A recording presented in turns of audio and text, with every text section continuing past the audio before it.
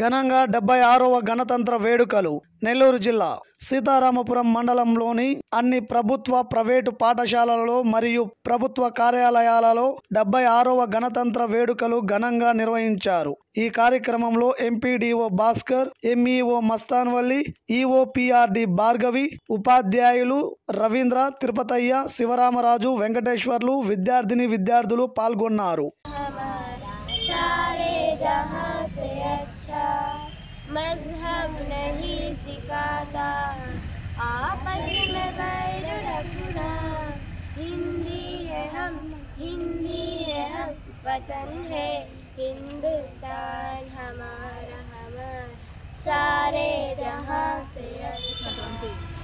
MPDO sir గారికి, MEO sir గారికి, అలాగే ఉపాధ్యాయులకి, అందరి టీచర్స్కి, మండలంలో ఉన్నటువంటి అందరి స్టాఫ్కి, పాత్రికేయులకి, ప్రింట్ మీడియాకి, ప్రతి ఒక్కరికి 76వ గణతంత్ర దినోత్సవ శుభాకాంక్షలు తెలియజేస్తున్నాను। అలాగే ఇప్పుడు ఈరోజు మనం యావత్ దేశం మొత్తం భారతావని గర్వించదగిన రోజు।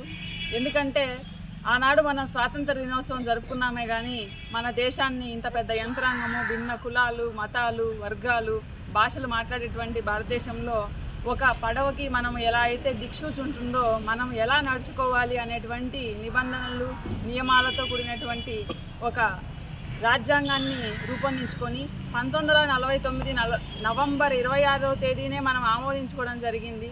కానీ దాన్ని 2 months జనవరి 26 వరకు ఎందుకు తీసుకున్నారంటే ఆనాడు మనం 1919లో మనకి డొమినియన్ స్టేటస్ వస్తే చాలు, అంటే స్వయం ప్రతిపత్తి వస్తే చాలు అనుకొని చాలామంది నాయకులైతే ఉన్నారు। కానీ తర్వాత జరిగినటువంటి జలియన్ వాలాబాగ్ దురంతం కానీ ఇంకా మనకు వచ్చినటువంటి నల్ల చట్టాలు లేదా రౌలత్ చట్టాలు ఇట్లాంటివన్నీ చూసి మనం ఆనాటి ప్రజలు విసిగి వేసారిపోయారు। ఇంకా ఎన్ని రోజులని ఉంటాం మన బ్రిటిష్ వారి కబంధ హస్తాల్లో అనేసి ఖచ్చితంగా మార్పు అనేది రావాలి అని అప్పుడు ఎంతమందో మనం అతివాదులని, మితవాదులని, స్వాతంత్ర సమరయోధులని ఇట్లా ఉన్నా కూడా ప్రతి ఒక్కరి లాస్ట్కి వచ్చేసరికి స్వాతంత్ర సముపార్జనే కాబట్టి అలా తెచ్చుకున్నప్పటికీ ఇంకా మనం వేరే దేశాలపైన ఆధారపడాల్సి ఉండేది। అయితే మనకు టైం పట్టినా కూడా సుమారుగా 2 సంవత్సరాల 11 నెలల 18 రోజులు పట్టినా కూడా ఈ 3 years పట్టినా కూడా ప్రపంచంలోనే అత్యంత పెద్దదైనటువంటి రాజ్యాంగాన్ని ఐరావతంతో పోలుస్తారు మన రాజ్యాంగాన్ని। అరుగుల మూటతో పోల్చినా కూడా మనము మంచి అన్నది పెంచుమన్నా, దేశంను ప్రేమించుమన్నా అన్నట్టుగా ప్రతి వివిధ దేశాల్లో తిరిగి మన ఆ రోజు డ్రాఫ్టింగ్ కమిటీలో ఉన్న వాళ్ళైతేనేముంది ఇంకా రాజ్యాంగాన్ని క్లియర్ కట్గా రూపొందించాలి।